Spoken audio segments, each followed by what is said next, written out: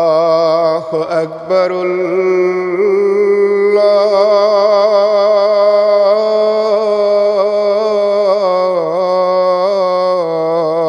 الله أكبر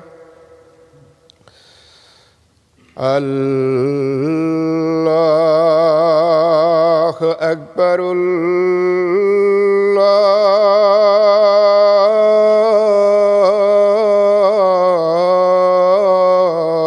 الله أكبر أشهد أن لا إله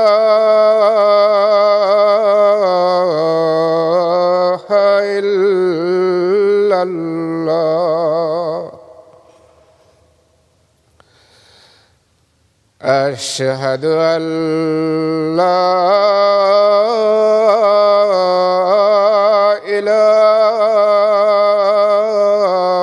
إله إلا الله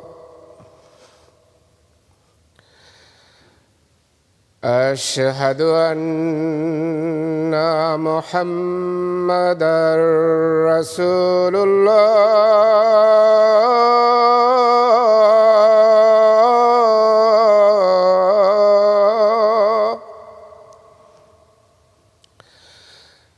أشهد أن محمدًا رسول الله حي على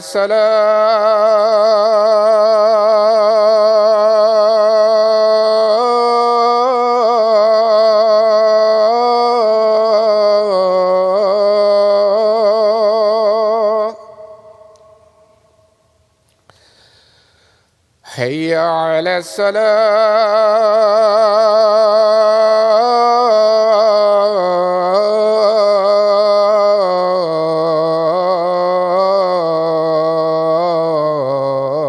الصلاة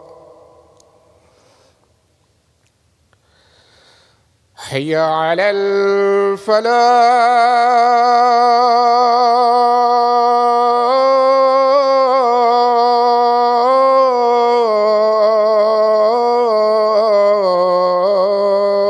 الفلاح حي على الفلاح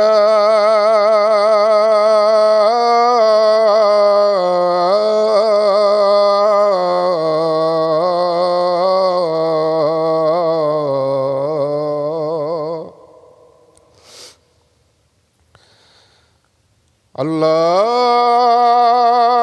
أكبر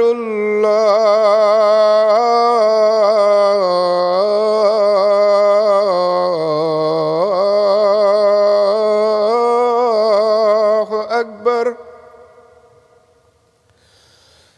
لا إله إلا الله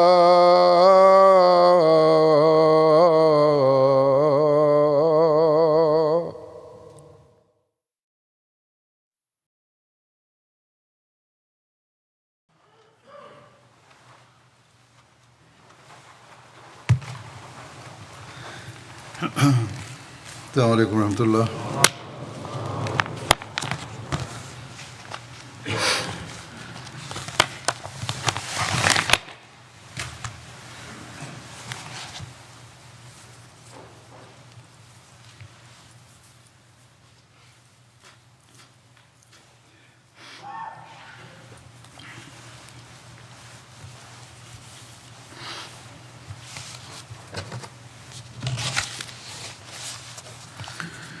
أشهد أن لا إله إلا الله وحده لا شريك له وأشهد أن محمدًا عبده ورسوله.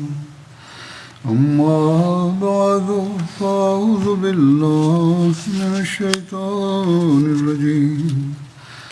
بسم الله الرحمن الرحمن الرحيم الحمد لله رب العالمين الرحمن الرحيم مالك يوم الدين إياك نعبد وإياك نستعين اهدنا الصراط المستقيم صراط الذين أنعمت عليهم غير المغضوب عليهم ولا الضالين. رمضان سے پہلے حضرت صلی اللہ علیہ وسلم کے غزوات کا ذکر ہو رہا تھا، اور اس حوالے سے جنگ احد کے واقعات بیان کر رہا تھا میں. اس میں حضرت صلی اللہ علیہ وسلم کی سیرت کے بارے میں بھی بیان تھا. آج بھی اس حوالے سے بیان کروں گا. روایت میں آتا ہے حضرت سعد بن معاذ کی والدہ حضرت صلی اللہ علیہ وسلم کے پاس آئیں. حضرت صلی اللہ علیہ وسلم گھوڑے پر سوار تھے اور حضرت سعد بن معاذ گھوڑے کی لگام پکڑے ہوئے تھے. حضرت سعد نے ان کو دیکھ کر حضرت صلی اللہ علیہ وسلم سے کہا، یا رسول اللہ صلی اللہ علیہ وسلم، میری والدہ ہیں. آپ صلی اللہ علیہ وسلم نے فرمایا، ان کو خوش آمدید کہو. آپ نے ان کی وجہ سے اپنا گھوڑا روک لیا، یہاں تک کہ وہ قریب آ کر حضرت صلی اللہ علیہ وسلم کو دیکھنے لگیں. آپ صلی اللہ علیہ وسلم نے ان کے بیٹے حضرت عمر بن معاذ کی شہادت پر تعزیت فرمائی. تو انہوں نے کہا، جب میں نے آپ صلی اللہ علیہ وسلم کو صحیح سلامت دیکھ لیا تو بس اب میری مصیبت اور غم ختم ہو گیا. حضرت صلی اللہ علیہ وسلم نے ام سعد سے فرمایا، اے ام سعد، تمہیں خوشخبری ہو اور سب شہیدوں کے گھر والوں کو بھی خوشخبری دے دو کہ ان سب کے مقتولین جنت میں ایک دوسرے کے ساتھی ہیں، اور سب نے اپنے اپنے گھر والوں کے لیے حق تعالیٰ سے شفاعت اور سفارش کی ہے. یعنی یہ شہادات ہے، انہوں نے اپنے گھر والوں کے لیے بھی سفارش کی ہے اللہ تعالیٰ کے حضور. حضرت ام سعد نے عرض کیا، یا رسول اللہ صلی اللہ علیہ وسلم، ہم سب راضی برضا اور خوش ہیں، اور اس خوشخبری کے بعد بھلا ان پر کون رو سکتا ہے؟ کیا مقام ہے ان کے ایمان اور اللہ تعالیٰ کی رضا پر راضی ہونے کا. پھر انہوں نے آپ صلی اللہ علیہ وسلم سے درخواست کی کہ یا رسول اللہ صلی اللہ علیہ وسلم، سب شہیدوں کے پسماندگان کے لیے دعا کریں. چنانچہ آپ صلی اللہ علیہ وسلم نے سب شہدائے احد کے گھر والوں کے لیے دعا کرتے ہوئے فرمایا، اللہم اذھب حزن قلوبہم واجبر مصیبتہم وآسن الخلف علی من خلفوا. اے اللہ، ان کے دلوں سے غم و غلم کو مٹا دے، ان کی مصیبتوں کو دور فرما دے، اور شہیدوں کے جو جانشین ہیں انہیں ان کا بہترین جانشین بنا دے. حضرت مسلم موعود رضی اللہ عنہ اہل مدینہ کی فدائیت کا ذکر کرتے ہوئے فرماتے ہیں کہ جب رسول اللہ صلی اللہ علیہ وسلم احد کے میدان سے واپس تشریف لائے تو مدینہ کی عورتیں اور بچے شہر سے باہر استقبال کے لیے نکل آئے. رسول کریم صلی اللہ علیہ وسلم کی اونٹنی کی باغ ایک پرانے اور بہادر انصاری صحابی سعد بن معاذ نے پکڑی ہوئی تھی، اور وہ فخر سے آگے آگے چلے آ رہے تھے. شہر کے پاس انہیں اپنی بڑھیا ماں جس کی نظر کمزور ہو چکی تھی آتی ہوئی ملی. احد میں اس کا ایک بیٹا بھی مارا گیا تھا. اس بڑھیا کی آنکھوں میں موتیا بند اتر رہا تھا اور اس کی نظر کمزور ہو چکی تھی. وہ عورتوں کے آگے کھڑی ہو گئی اور ادھر ادھر دیکھنے لگی اور معلوم کرنے لگی کہ رسول کریم صلی اللہ علیہ وسلم کہاں ہے. سعد بن معاذ نے سمجھا کہ میری ماں کو اپنے بیٹے کے شہید ہونے کی خبر ملے گی تو اسے صدمہ ہوگا، اس لیے انہوں نے چاہا کہ رسول کریم صلی اللہ علیہ وسلم اسے حوصلہ دلائیں اور تسلی دیں۔ اس لیے جو ہی ان کی نظر اپنی والدہ پر پڑی، انہوں نے کہا یا رسول اللہ صلی اللہ علیہ وسلم، میری ماں یا رسول اللہ صلی اللہ علیہ وسلم میری ماں، یعنی 2 دفعہ بتایا کہ میری ماں آ رہی ہے۔ آپ صلی اللہ علیہ وسلم نے فرمایا ماں رک کے، بی بی بڑا افسوس ہے کہ تیرا ایک لڑکا اس جنگ میں شہید ہو گیا ہے۔ بڑھیا کی نظر کمزور تھی، اس لیے وہ آپ کے چہرے کو نہ دیکھ سکی، وہ ادھر ادھر دیکھتی رہی۔ آخر کار اس کی نظر آپ صلی اللہ علیہ وسلم کے چہرے پر ٹک گئی۔ وہ آپ صلی اللہ علیہ وسلم کے قریب آئی اور کہنے لگی یا رسول اللہ، جب میں نے آپ کو سلامت دیکھ لیا ہے تو آپ سمجھیں کہ میں نے اس مصیبت کو بھون کر کھا لیا ہے۔ اب دیکھو وہ عورت جس کے بڑھاپے میں عصائے پیری ٹوٹ گیا تھا، کس بہادری سے کہتی ہے کہ میرے بیٹے کے غم نے مجھے کیا کھانا ہے، جب رسول کریم صلی اللہ علیہ وسلم زندہ ہیں تو میں اس غم کو بھون کر کھا جاؤں گی۔ میرے بیٹے کی موت مجھے مارنے کا موجب نہیں ہوگی، بلکہ یہ خیال کہ رسول کریم صلی اللہ علیہ وسلم زندہ ہیں اور آپ صلی اللہ علیہ وسلم کی حفاظت کے سلسلے میں میرے بیٹے نے اپنی جان دی ہے، میری قوت کو بڑھانے کا موجب ہوگا۔ حضرت مسلم موعود رضی اللہ عنہ نے احمدی عورتوں سے پوچھا، ایک اور واقعہ بیان کرتے ہوئے اسی طرح کا، کہ کیا تمہارے اندر دین کا وہی جذبہ موزن ہے؟ پھر یہ واقعہ بیان کرنے کے بعد احمدی خواتین کو مخاطب کر کے فریضہ تبلیغ پر توجہ دلاتے ہوئے فرمایا کہ یہی وہ عورتیں تھیں جو اسلام کی اشاعت اور تبلیغ میں مردوں کے دوش بدوش چلتی تھیں، اور یہی وہ عورتیں تھیں جن کی قربانیوں پر اسلامی دنیا فخر کرتی ہے۔ تمہارا بھی دعویٰ ہے، یعنی جو حضرت مسیح علیہ السلام کو ماننے والی عورتیں ہیں، کہ تمہارا بھی دعویٰ ہے کہ تم حضرت مسیح علیہ السلام پر ایمان لائی ہو، اور حضرت مسیح علیہ السلام رسول کریم صلی اللہ علیہ وسلم کے بروز ہیں۔ گویا دوسرے لفظوں میں تم صحابیات کی بروز ہو، لیکن تم صحیح طور پر بتاؤ کہ کیا تمہارے اندر دین کا وہی جذبہ موزن ہے جو صحابیات میں تھا؟ کیا تمہارے اندر وہی نور موجود ہے جو صحابیات میں تھا؟ کیا تمہاری اولادیں ویسی ہی نیک ہیں جیسی صحابیات کی تھیں؟ اگر تم غور کرو گی تو تم اپنے آپ کو صحابیات سے بہت پیچھے پاؤ گی۔ پھر انہوں نے فرمایا کہ ان کی قربانیاں جو انہوں نے اپنی جان پر کھیل کر کیں، اللہ تعالیٰ کو ایسی پیاری لگیں کہ اللہ تعالیٰ نے بہت جلد ان کو کامیابی عطا کی، اور دوسری قومیں جس کام کو صدیوں میں نہ کر سکیں ان کو صحابہ اور صحابیات نے چند سالوں کے اندر کر کے دکھایا۔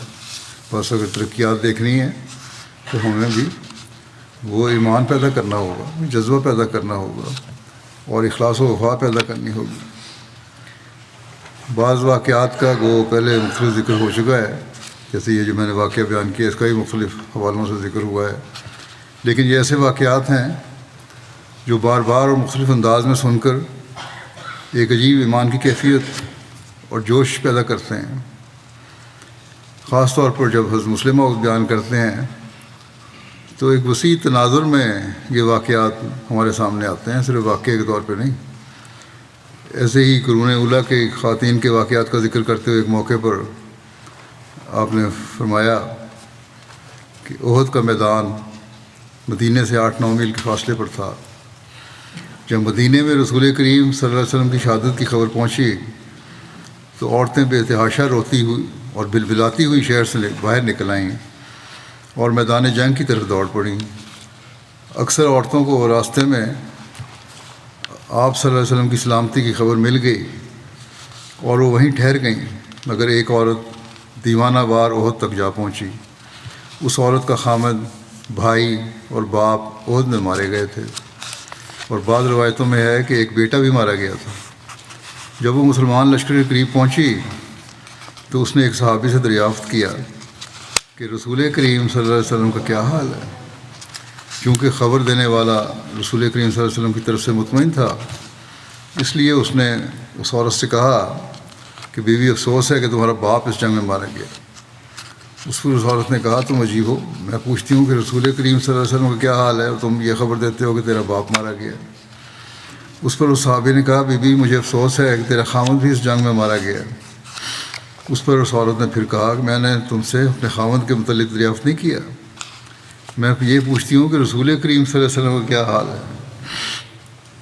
اس پر اس صحابی نے اس سے پھر کہا بی بی مجھے افسوس ہے کہ تیرا بھائی بھی اس جنگ میں مارا گیا۔ اس عورت نے بڑے جوش سے کہا میں نے تم سے اپنے بھائی کے متعلق دریافت نہیں کیا، میں تو تم سے رسول کریم صلی اللہ علیہ وسلم کے متعلق پوچھ رہی ہوں، تم یہ بتاؤ کہ آپ صلی اللہ علیہ وسلم کا کیا حال ہے۔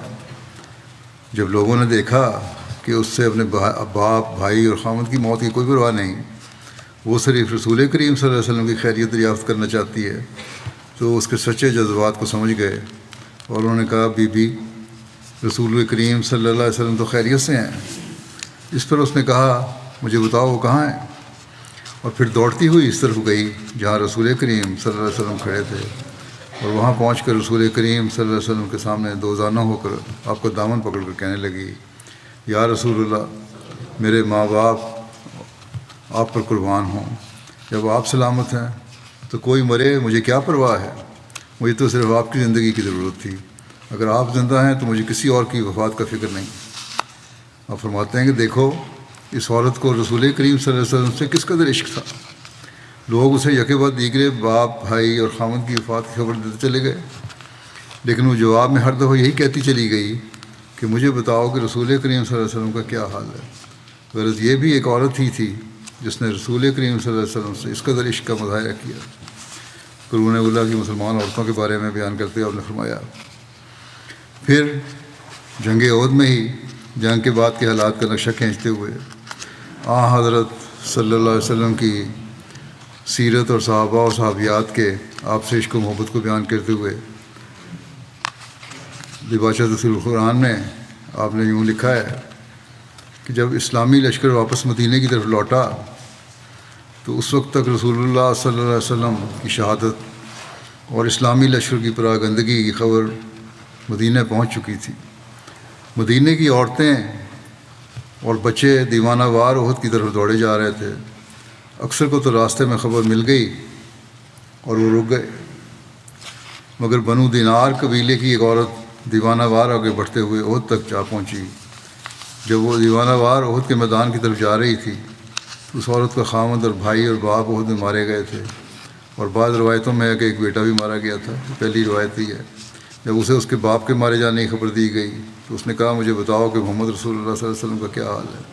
چونکہ خبر دینے والے رسول کریم صلی اللہ علیہ وسلم کی طرف سے مطمئن تھے، وہ باری باری اس کے بھائی اور خامد اور بیٹے کی موت کی خبر دیتے چلے گئے، مگر وہ یہی کہتی چلی گئی ما فعل رسول اللہ صلی اللہ علیہ وسلم کہ ارے رسول اللہ صلی اللہ علیہ وسلم نے کیا کیا۔ بظاہر یہ فکرہ غلط معلوم ہوتا ہے، آپ فرماتے ہیں یہ فکرہ غلط معلوم ہے کہ آپ صلی اللہ علیہ وسلم نے کیا کیا، اور اسی وجہ سے مورخوں نے لکھا ہے کہ اس کا مطلب یہ تھا کہ رسول اللہ صلی اللہ علیہ وسلم سے کیا ہوا، یعنی وہ دوسری طرف لے گئے۔ لیکن حقیقت یہ ہے، آپ فرماتے ہیں لیکن یہ حقیقت یہ ہے کہ یہ فکرہ غلط نہیں بلکہ عورتوں کے محاورہ کے مطابق بالکل درست ہے۔ عورت کے جذبات بہت تیز ہوتے ہیں اور وہ بسا اوقات مردوں کو زندہ سمجھ کر کلام کرتی ہے، جیسے بعض عورتوں کے خامد یا بیٹے مر جاتے ہیں تو ان کی موت پر ان سے مخاطب ہو کر وہ اس قسم کی باتیں کرتی رہتی ہیں کہ مجھے کس پر چھوڑے چلے جا رہے ہو، یا بیٹا اس بڑھاپے میں مجھ سے کیوں منہ موڑ لیا۔ یہ شدت غم میں فطرت انسانی کا ایک نہایت لطیف مظاہرہ ہوتا ہے۔ اسی طرح رسول کریم صلی اللہ علیہ وسلم کی وفات کی خبر سن کر اس عورت کا حال ہوا تھا، وہ آپ کو فوت شدہ ماننے کے لیے تیار نہ تھی اور دوسرے اس خبر کی تردید بھی نہیں کر سکتی تھی، اس لیے شدت غم میں یہ کہتی جاتی تھی کہ ارے رسول اللہ صلی اللہ علیہ وسلم نے یہ کیا کیا، یعنی ایسا وفادار انسان ہم کو یہ صدمہ پہنچانے پر کیوں کر راضی ہو گیا۔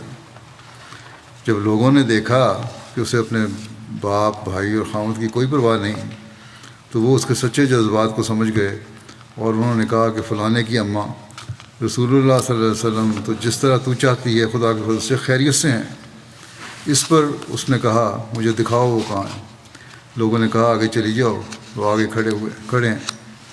وہ عورت دوڑ کر آپ تک پہنچی، آپ کے دامن کو پکڑ کر بولی، یا رسول اللہ، میرے ماں باپ آپ پر قربان ہوں، جب آپ سلامت ہیں تو کوئی مرے مجھے کوئی پرواہ نہیں۔ آپ فرماتے ہیں دیکھو، مردوں نے جنگ میں وہ نمونہ ایمان کا دکھایا اور عورتوں نے یہ نمونہ اخلاص کا دکھایا جس کی مثال میں نے ابھی بیان کی ہے۔ عیسائی دنیا مریم مگدلینی اور اس کے ساتھی عورتوں کی اس بہادری پر خوش ہیں کہ وہ مسیح کی قبر پر صحیح صبح کے وقت دشمنوں سے چھپ کر پہنچی تھیں۔ میں ان سے کہتا ہوں کہ آؤ اور ذرا میرے محبوب کے مخلصوں اور فدائیوں کو دیکھو کہ کن حالتوں میں انہوں نے اس کا ساتھ دیا اور کن حالتوں میں انہوں نے توحید کے جھنڈے کو بلند کیا۔ رسول کریم صلی اللہ علیہ وسلم شہداء کو دفن کر کے مدینہ واپس گئے تو پھر عورتیں اور بچے شہر سے باہر استقبال کے لیے نکل آئے۔ رسول کریم صلی اللہ علیہ وسلم کی اونٹنی کی باغ سعد بن معاذ مدینہ کے رئیس نے پکڑی ہوئی تھی، پہلے بیان ہوا یہ واقعہ، اور فخر سے آگے آگے دوڑے جاتے تھے، شاید دنیا کو یہ کہہ رہے تھے کہ دیکھا ہم محمد رسول اللہ صلی اللہ علیہ وسلم کو خیریت سے اپنے گھر واپس لے آئے۔ یہ اپنا انداز ہے ایک بیان کا۔ شہر کے پاس انہیں اپنی بڑھیا ماں جس کی نظر کمزور ہو چکی تھی آتی ہوئی ملی۔ احد میں اس کا ایک بیٹا عمر بن معاذ بھی مارا گیا تھا، جس کی تفصیل پہلے بیان کی ہے میں نے۔ رسول اللہ صلی اللہ علیہ وسلم نے فرمایا، مائی مجھے تمہاری بیٹی کی شہادت پر تم سے ہمدردی ہے۔ جب اس کو دیکھا، اس پر نیک عورت نے کہا، حضور جب میں نے آپ کو سلامت دیکھ لیا تو سمجھو کہ میں نے مصیبت کو بھون کر کھا لیا۔ مصیبت کو بھون کر کھا لیا، کیا عجیب محاورہ ہے! محبت کے کتنے گہرے جذبات پر دلالت کرتا ہے۔ غم انسان کو کھا جاتا ہے۔ وہ عورت جس کے بڑھاپے میں اس کا عصائے پیری ٹوٹ گیا تھا، کس بہادری سے کہتی ہے کہ میرے بیٹے کے غم نے مجھے کیا کھانا ہے، جب محمد رسول اللہ صلی اللہ علیہ وسلم زندہ ہیں تو میں اس غم کو کھا جاؤں گی۔ میرے بیٹے کی موت مجھے مارنے کا موجب نہیں ہوگی، بلکہ یہ خیال کہ رسول اللہ صلی اللہ علیہ وسلم کے لیے اس نے جان دی میری قوت کے بڑھانے کا موجب ہوگی۔ یہ جذبہ ہے۔ مسلم فرماتے ہیں کہ انصار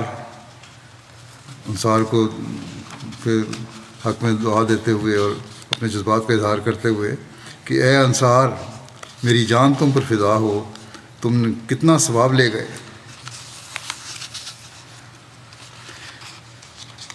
مدینہ کے منافقین اور یہود کا طرز عمل اور حضرت عمر کے جوش پر جو ان کے رویے کے خلاف تھا، حضرت صلی اللہ علیہ وسلم کا کیا اسوہ تھا۔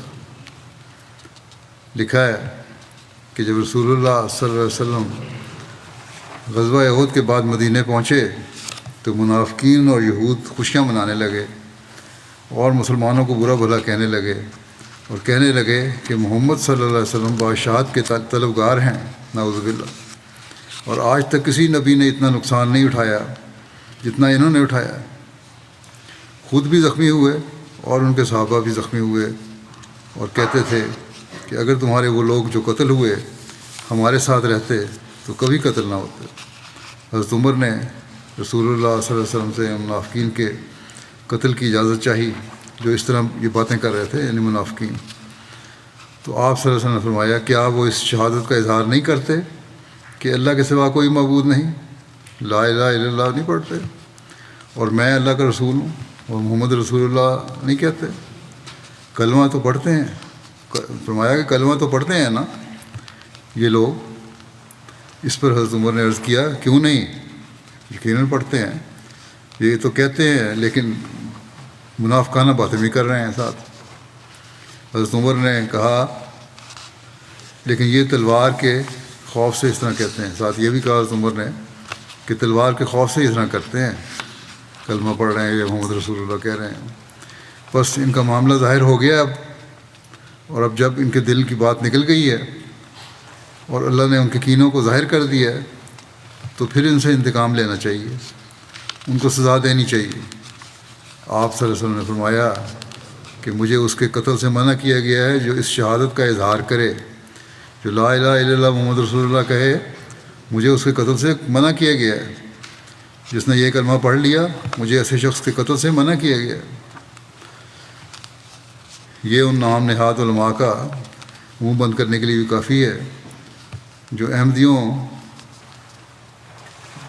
کے بارے میں باوجود اس کے کہ احمدی دل سے یہ کلمہ پڑھتے ہیں اور منافقت کی ہلکی سی بھی بو ہمارے اندر نہیں ہے، یہ لوگ کہتے ہیں علماء کہ یہ کافر ہیں اور ان کا قتل جائز ہے، اور بادشاہتیں اسی طرح ہوئی ہیں۔ یہی علماء ہیں، یہ نام نہاد علماء جنہوں نے اسلام کو بدنام کیا ہوا ہے۔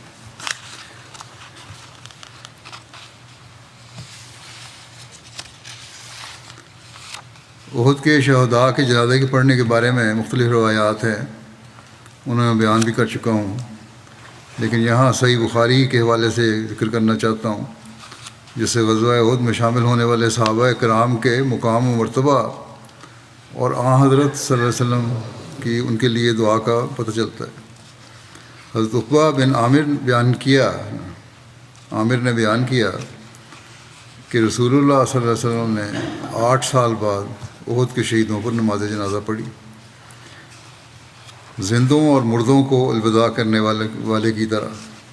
اس کے بعد آپ ممبر پر چڑھے اور فرمایا، میں تمہارے آگے پیش رو ہوں گا اور میں تم پر گواہ ہوں گا، اور تم سے ملنے کی جگہ حوض ہے، اور میں اسے اپنے اس کھڑے ہونے کی جگہ سے دیکھ رہا ہوں، اور تمہارے متعلق مجھے یہ ڈر نہیں کہ تم شرک کرو گے، لیکن مجھے تمہارے متعلق دنیا کا ڈر ہے، تم اس کے لیے ایک دوسرے کا مقابلہ کرنے لگو۔ اور بعد کے واقعات نے ثابت بھی کیا کہ یہ ڈر بھی صحیح تھا آپ کا صلی اللہ علیہ وسلم کا۔ حضرت ابن عباس بیان کرتے ہیں کہ رسول اللہ صلی اللہ علیہ وسلم نے فرمایا، جب تمہارے بھائی احد میں شہید ہوئے، اللہ نے ان کی روحوں کو سبز پرندوں کے پیٹ میں رکھا، وہ جنت کی نہروں پر اترتے، اس کے پھل کھاتے اور عرش کے سائے میں لٹکی ہوئی سونے کی قندیلوں میں بسیرا کرتے۔ جب انہوں نے اپنی پسند اور مرضی کا کھا لیا اور پی لیا اور اپنی مرضی کا آرام کیا، انہوں نے کہا، ہمارے بھائیوں کو کون پہنچائے گا کہ ہم جنت میں زندہ ہیں اور ہمیں رزق دیا جاتا ہے، تاکہ وہ جہاد سے بے رغبتی نہ کریں اور جنگ کے وقت کیل کانٹے سے نہ لیں۔ تو اللہ سبحانہ نے کہا، میں تمہاری طرف سے ان کو پہنچا دیتا ہوں۔ فرمایا، پھر اللہ نے یہ آیت نازل کی، وَلَا تَحْسَبَنَّ الَّذِينَ قُتِلُوا فِي سَبِيلِ اللَّهِ أَمْوَاتًا، وہ لوگ جو اللہ کی راہ میں مارے گئے ہیں ان کو مردہ نہ سمجھو۔ یہ تو ہر بات پہ بعض دفعہ مفسرین لکھنے والے یا بعض حدیث بیان کرنے والے بھی کہہ دیتے ہیں کہ ضروری نہیں ہے کہ آیت کی وجہ نزول یہی ہو۔ اس سے پہلے بھی ہر شہید کے بارے میں، بدر کے شہداء کا بہت بڑا مقام تھا، ان کے بارے میں بھی، بلکہ سورہ بقرہ میں بھی یہ آیت ہے۔ پھر ایک روایت ملتی ہے، حضرت جابر بن عبداللہ بیان کرتے ہیں کہ رسول اللہ صلی اللہ علیہ وسلم فرمایا کرتے تھے کہ جب مجھے شہداء احد یاد آتے ہیں تو خدا کی قسم مجھے یہ خواہش ہوتی ہے کہ کاش میں بھی اپنے ساتھیوں کے ہمراہ پہاڑ کے درے میں ہی رہ گیا ہوتا۔ آپ فرمایا کرتے تھے کہ میں ان کے ساتھ شہید ہو جاتا۔ عبداللہ بن ابی فروا اپنے والد سے روایت کرتے ہیں کہ رسول اللہ صلی اللہ علیہ وسلم نے احد کے شہداء کی قبروں کی زیارت کی تو فرمایا، اللہم انا عبدک و نبیک یشہد ان ہؤلاء شہداء وانہ من زارہم وسلم علیہم الی یوم القیامت ردوا علیہ۔ اے اللہ، بے شک میں تیرا بندہ اور نبی گواہی دیتا ہوں کہ یہ لوگ شہید ہیں، اور جو ان کی زیارت کرے اور قیامت کے دن تک ان پر سلام بھیجے تو وہ اس کا جواب دیں گے۔ رسول اللہ صلی اللہ علیہ وسلم نے جنگ احد کے شہداء کے لیے فرمایا، ہؤلاء اشہد علیہم، یہ وہ لوگ ہیں جن کا میں گواہ ہوں۔ حضرت ابوبکر صدیق رضی اللہ عنہ نے عرض کیا کہ یا رسول اللہ، کیا ہم ان کے بھائی نہیں ہیں؟ ہم مسلمان ہوئے جیسے وہ مسلمان ہوئے، اور ہم نے جہاد کیا جیسے انہوں نے جہاد کیا۔ آپ نے فرمایا، ہاں، مگر مجھے معلوم نہیں کہ میرے بعد تم کیا کرو گے۔ تو حضرت ابوبکر رونے لگے اور عرض کیا گیا، ہم آپ کے پاس زندہ رہیں گے؟ اس غم سے ہی حضرت ابوبکر رونے لگ گئے کہ شاید ہماری زندگی آپ صلی اللہ علیہ وسلم سے زیادہ لمبی ہے۔ اب بات بھی نبی صالح سے مروی ہے کہ رسول اللہ صلی اللہ علیہ وسلم ہر سال کے شروع میں شہدائے احد کی قبروں کی زیارت کو تشریف لے جاتے، تو آپ فرماتے سلام علیکم بما صبرتم فنعم عقبی الدار، سلامتی ہو تم پر بس اس کے جو تم نے صبر کیا، بس کیا ہی اچھا ہے گھر کا انجام۔ راوی کہتے ہیں کہ پھر حضرت ابوبکر اور ان کے بعد حضرت عمر اور حضرت عثمان بھی ان کی زیارت کرنے جاتے تھے۔ حضرت مرزا بشیر احمد صاحب نے بیان کیا کہ زمانہ وفات کے قریب حضرت صلی اللہ علیہ وسلم نے خاص طور پر شہدائے احد پر جنازے کی نماز ادا کی اور بڑے درد دل سے ان کے لیے دعا فرمائی۔ آپ احد کے شہداء کو خاص محبت اور احترام سے دیکھتے تھے۔ ایک دفعہ آپ احد کے شہداء کے قبروں کے پاس سے گزرے تو فرمایا یہ وہ لوگ ہیں جن کے ایمان کا میں شاہد ہوں۔ حضرت ابوبکر نے عرض کیا یا رسول اللہ، کیا ہم ان کے بھائی نہیں ہیں؟ کیا ہم نے انہی کی طرح اسلام قبول نہیں کیا؟ کیا ہم نے انہی کی طرح خدا کے رستے میں جہاد نہیں کیا؟ آپ نے فرمایا ہاں، لیکن مجھے کیا معلوم ہے کہ میرے بعد تم کیا کرو گے؟ اس پر حضرت ابوبکر رو پڑے اور بہت روئے اور عرض کیا یا رسول اللہ، کیا ہم آپ کے پاس زندہ رہ سکیں گے؟ یہ تصور ہی ہمیں مارنے والا ہے۔ پھر لکھتے ہیں کہ صحابہ بھی احد کے شہداء کی بڑی عزت کرتے تھے اور احد کی یاد کو ایک مقدس چیز کے طور پر اپنے دلوں میں تازہ رکھتے تھے۔ چنانچہ ایک دفعہ حضرت صلی اللہ علیہ وسلم کی وفات کے بعد حضرت عبد الرحمن بن عوف کے سامنے افطاری کا کھانا آیا جو غالباً کسی قدر پرتکلف تھا۔ اس پر انہیں احد کا زمانہ یاد آ گیا جب مسلمانوں کے پاس اپنے شہداء کو کفنانے کے لیے کپڑے تک نہیں تھے اور وہ ان کے بدنوں کو چھپانے کے لیے گھاس کاٹ کر ان پر لپیٹتے تھے، اور اس یاد نے عبد الرحمن بن عوف کو ایسا بے چین کر دیا کہ وہ بےتاب ہو کر رونے لگ گئے اور کھانا چھوڑ کر کھڑے ہوئے، حالانکہ وہ روزے سے تھے۔ شہدائے احد کے لواحقین سے دلجوئی کے واقعات اور شہداء کے بچوں سے محبت کے اظہار کا بھی ذکر ملتا ہے۔ حضرت بشر کے والد حضرت اقربہ کا ذکر جنگ احد کے شہداء میں بیان ہوا ہے۔ بعض نے حضرت بشر کا نام بشیر بھی بیان کیا ہے۔ جب اقربہ شہید ہو گئے تو ان کے بیٹے بشر ان کے پاس بیٹھے رو رہے تھے۔ رسول اللہ صلی اللہ علیہ وسلم وہاں سے گزرے تو آپ نے فرمایا اسکت اما ترضا ان نکونا انا ابو کا و عائشہ تو امو کا، چپ ہو جاؤ، کیا تم اس بات پر خوش نہیں کہ میں تمہارا باپ بن جاتا ہوں اور عائشہ تمہاری ماں بن جاتی ہے؟ بشر نے کہا کیوں نہیں، میں بالکل راضی ہوں۔ ان کا پرانا نام بحیر تھا، آپ صلی اللہ علیہ وسلم نے ان کا نام بشیر رکھ دیا، اور ان کی زبان میں لکنت تھی۔ آپ صلی اللہ علیہ وسلم نے ان کے منہ پر دم کیا، لکنت جاتی رہی۔ رسول اللہ صلی اللہ علیہ وسلم ان کے سر پر اپنا دست مبارک بھی پھیرا۔ جب وہ عمر رسیدہ ہو گئے تو سارا سر سفید ہو گیا، مگر جس جگہ آپ نے اپنا دست مبارک پھیرا تھا اس جگہ کے بال بدستور کالے ہی رہے۔ انہوں نے لمبی عمر پائی، فلسطین میں 85 ہجری میں فوت ہوئے۔ حضرت جابر بن عبداللہ سے دلجوئی کا واقعہ ملتا ہے۔ حضرت جابر بن عبداللہ بیان کرتے ہیں کہ مجھے رسول اللہ صلی اللہ علیہ وسلم ملے تو آپ نے فرمایا اے جابر کیا بات ہے، میں تمہیں غمگین دیکھ رہا ہوں۔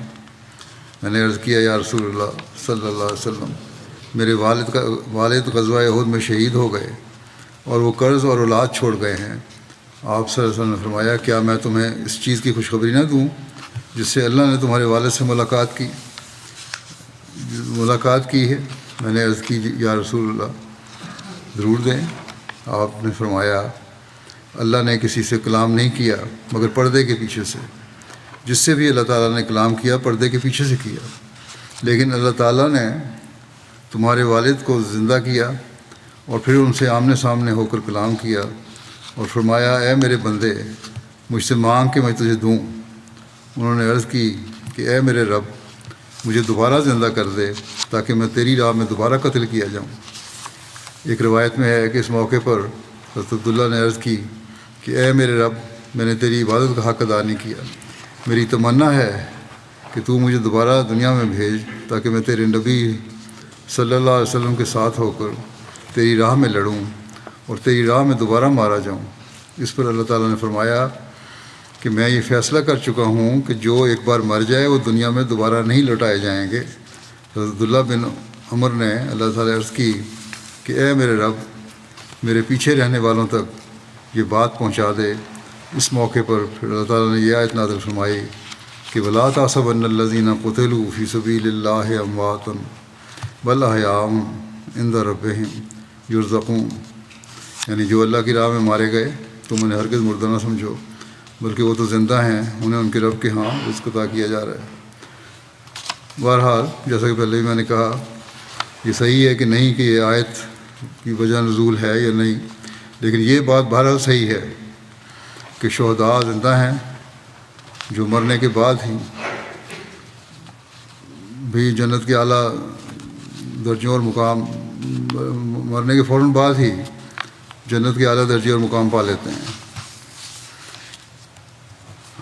اللہ تعالیٰ کے حضرت عبداللہ بن عمر سے مکالمہ والے واقعے کی تفصیل حضرت خلیفہ مسیح رابع نے اپنی ایک تقریر میں بیان کی تھی کہ آن صلی اللہ علیہ وسلم کی سیرت کے حوالے سے، جس میں آپ صلی اللہ علیہ وسلم سے تعلق کا اظہار ہوتا ہے اور صحابہ کی آپ سے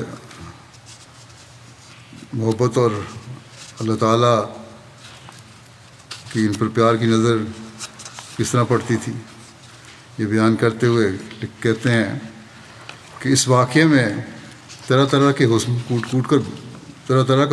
کوٹ کر بھرا ہوا ہے، اور جس کروٹ سے اسے دیکھیں یہ ایک نئی رہنائی دکھاتا ہے من جملہ اور امور کے۔ اس سے ہمیں پتہ چلتا ہے کہ کس طرح مسلسل حضور صلی اللہ علیہ وسلم کا رابطہ اپنے رب سے قائم تھا، بندوں پر بھی نظر شفقت فرما رہے تھے اور رب سے بھی دل ملا رکھا تھا۔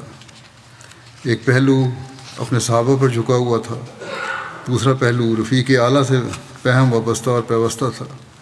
وہ وجود جو امن کی حالت میں کہ افق کے اعلیٰ پر فائد رہا، جنگ کی حالت میں بھی ایک لمحہ اس سے لگنا ہوا۔ ایک نگاہ میدان حرب کی نگران تھی تو دوسری جمال یار کے نظارے میں مصروف تھی۔ ایک کان رحمت سے صحابہ کی طرف جھکا ہوا تھا تو دوسرا ملائے اعلیٰ سے اپنے رب کا شیریں کلام سننے میں مصروف تھا۔ دستے باکار تھا تو دل با یار۔ آپ صلی اللہ علیہ وسلم صحابہ کی دلداری فرماتے تھے تو خدا آپ کی دلداری فرما رہا تھا۔ عبداللہ بن عمر کی قلبی کیفیت کی خبر دے کر دراصل اللہ تعالیٰ آپ کو یہ پیغام دے رہا تھا کہ اے سب سے بڑھ کر مجھ سے محبت کرنے والے، دیکھ تیرا بھی کیسا عشق ہم نے اپنے عارف بندوں کے دل میں بھر دیا ہے کہ عالم گزراں سے گزر جانے کے بعد بھی تیرا خیال انہیں ستاتا ہے۔ وہیں مقابلہ کیا تھا کہ میں وسلم کے ساتھ جا کے دوبارہ لڑوں، دشمن کے خلاف ستاتا ہے، اور تجھے میدان جنگ میں تنہا چھوڑ کے چلے جانے پر کس درجہ کبیدہ خاطر ہے۔ تیرے مقابل پر انہیں جنت کی بھی ہرس نہیں رہی، ان کی جنت تو بس یہی ہے کہ تیز تلواروں سے بار بار کاٹے جائیں مگر تیرے ساتھ رہیں، پھر تیرے ساتھ رہیں، پھر تیرے ساتھ رہیں۔ باقی انشاءاللہ آئندہ پیش کروں گا۔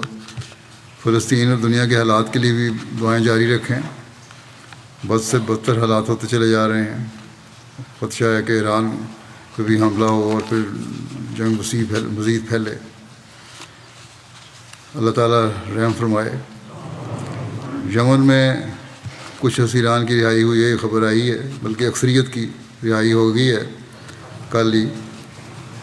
باقی جو چند رہ گئے ہیں ان کی رہائی کے لیے بھی دعا کریں، اللہ تعالیٰ احکام کے دل اللہ تعالیٰ ان کی طرف سے صاف کرے۔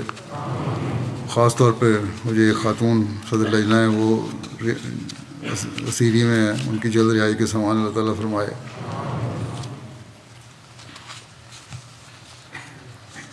نماز کے بعد میں 2 جنازہ غائب بھی پڑھاؤں گا۔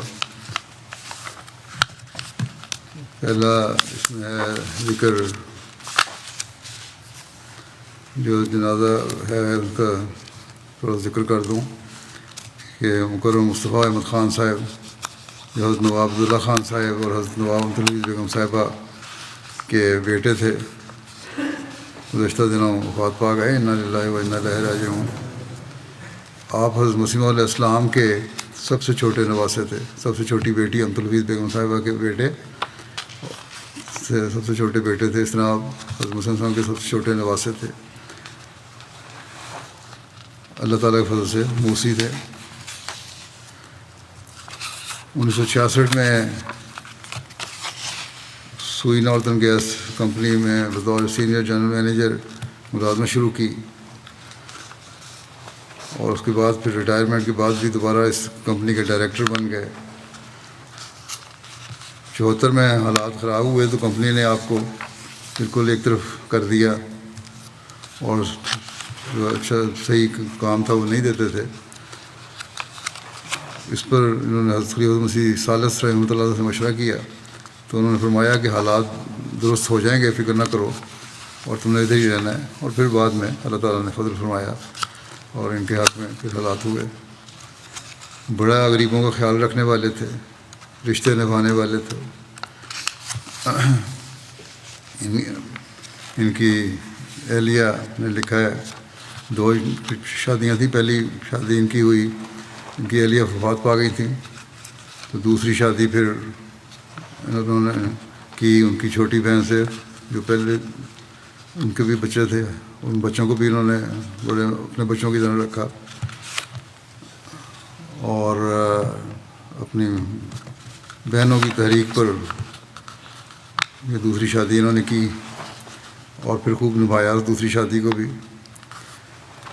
یہ لکھتی ہیں ان کی اہلیہ دوسری اہلیہ بھی پہلی بیوی کی چھوٹی بہن تھیں، غیر اور پہلے شادی شدہ تھیں، ان کی 2 بیٹیاں بھی تھیں جیسا کہ میں نے کہا۔ پھر طلاق ہو گئی، پھر کافی دیر انہوں نے بچیوں کو خود پالا، لیکن بہرحال پھر شادی ان سے ہوئی۔ یہ لکھتی ہیں کہ غیر مسلموں سے بھی اس میں سلوک بہت تھا۔ ایک ہندو بچہ تھا سندھ میں، اس کی تعلیم کا خرچ اٹھایا اور اسے پڑھایا لکھایا، اور یہاں تک پڑھایا کہ وہ اسسٹنٹ کمشنر بن گیا، اور ہمیشہ یہی کہتا تھا کہ مجھے کہ مصطفیٰ خان صاحب کی وجہ سے یہ مقام ملا ہے۔ بہرحال تو اللہ کا فضل تھا۔ بہت غریب پرور تھے۔ اپنے والدین کے نام سے نصرت آباد فارم میں ایک ٹرسٹ بھی بنایا تھا، جو ان کے والد کی طرف سے وراثت میں ملا تھا فارم۔ زمینوں کے ساتھ ہی کلینک بنایا ہوا تھا، اور باقاعدگی سے فری میڈیکل کیمپ بھی وہاں منعقد ہوتے تھے۔ ڈاکٹر عبد المنان شہید صاحب بھی اس میڈیکل کیمپ میں جایا کرتے تھے۔ کلینک کے لیے کبھی کسی سے مطالبہ نہیں کیا، باہر سے اپنے ذرائع سے ہی خرچ پورا کرتے تھے اس کا۔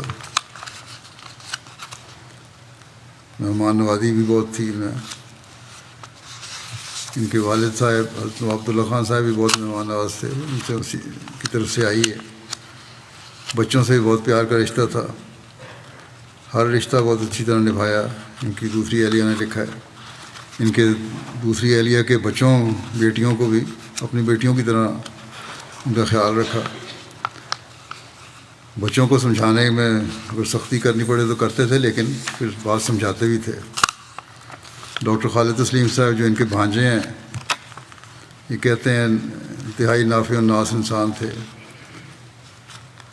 سوئی گیس کے محکمے میں اچھے عہدے پر فائز تھے، اور کسی کو کوئی کام پڑتا تو اس کو انکار نہیں کیا کرتے تھے، خاص طور پر غریبوں کا بہت خیال رکھتے تھے۔ کہتے ہیں میاں مرزا حنیف احمد صاحب نے کہا ایک دفعہ کہ ان کے پاس کسی غریب آدمی کو کسی کام کے لیے بھیجو تو وہ کام ضرور کر دیتے ہیں اس کا۔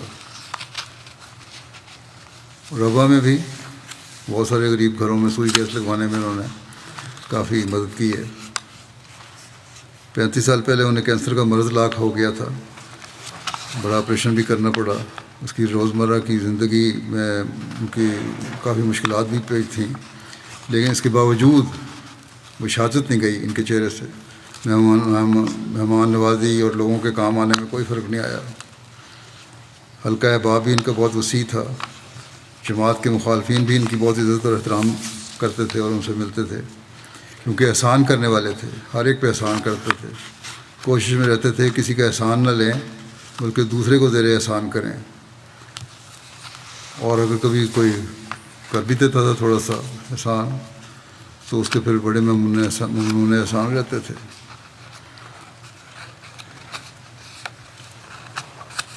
میں نے بھی ان میں سب خوبیاں دیکھی ہیں۔ غریب پرور بھی تھے، بہترین بیٹے تھے جنہوں نے سب سے بڑھ کر اپنی ماں کی خدمت کی، بہن بھائیوں میں سب سے چھوٹا ہونے کے باوجود سب سے بڑا بن کر دکھایا۔ وراثت کی زمین کا مشترکہ انتظام ان کی والدہ نے حضرت نواب امتالعزیز بیگم صاحبہ ان کے سپرد کیا، تو اسے بھی انہوں نے بہت اعلیٰ طریقے سے اس میں انتظامی کام کیے اور اس کو فارم کو بہت اونچا کہیں سے کہیں پہنچا دیا۔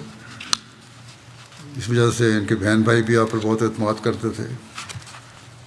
اس کے علاوہ وہاں کے غریب مزدوروں کا بھی بہت خیال رکھا کرتے تھے۔ بہرحال بہت اچھے خاوند، بہت اچھے بیٹے، بہت اچھے باپ اور بھائی تھے۔ اللہ تعالیٰ ان سے مغفرت اور رحم کا سلوک فرمائے۔ دوسرا جنازہ ہے جو پڑھوں گا غائب، وہ ہے ڈاکٹر میر داؤد احمد صاحب مرحوم کا، امریکہ میں تھے یہ۔ گزشتہ دنوں ان کی وفات ہوئی ہے، انا للہ و انا الیہ راجعون۔ ڈاکٹر میر مشتاق احمد صاحب اور بلقیس بیگم صاحبہ کے بیٹے تھے۔ ان کی شادی مکرمہ امت البصیر صاحبہ سے ہوئی جو میاں عبدالرحیم احمد صاحب اور صاحبزادی امت الرشید بیگم صاحبہ کی بیٹی تھیں۔ صاحبزادی امت الرشید بیگم حضرت مسلم موعود کی بیٹی تھیں، اس طرح حضرت مسیح موعود علیہ السلام کی پوتی، اور یہ پرنواسی بنی۔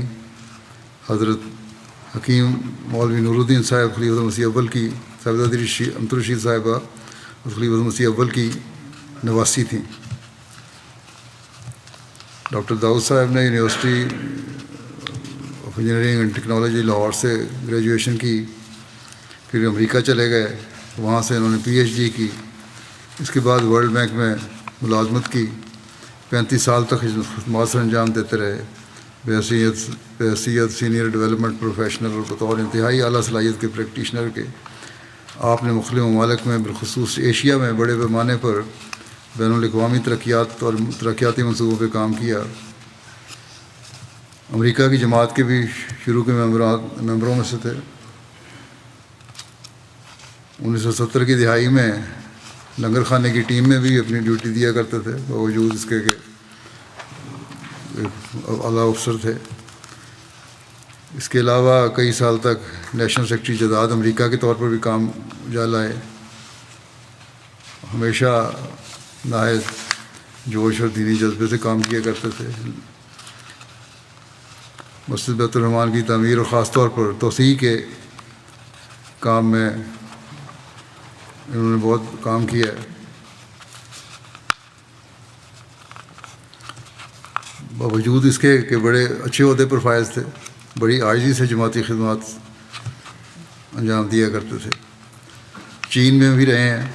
اس وقت کے مربی نے مجھے لکھا جو وہاں تعلیم حاصل کر رہے تھے کہ نامساعد حالات کے باوجود اسلام کا پیغام پہنچانے کی کوشش کرتے رہتے تھے، چین میں بھی۔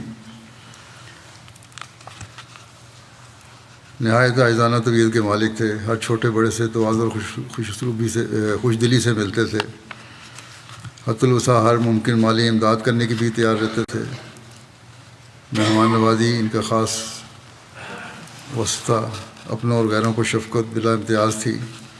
اللہ تعالیٰ مرحوم سے مغفرت اور رحم کا سلوک فرمائے۔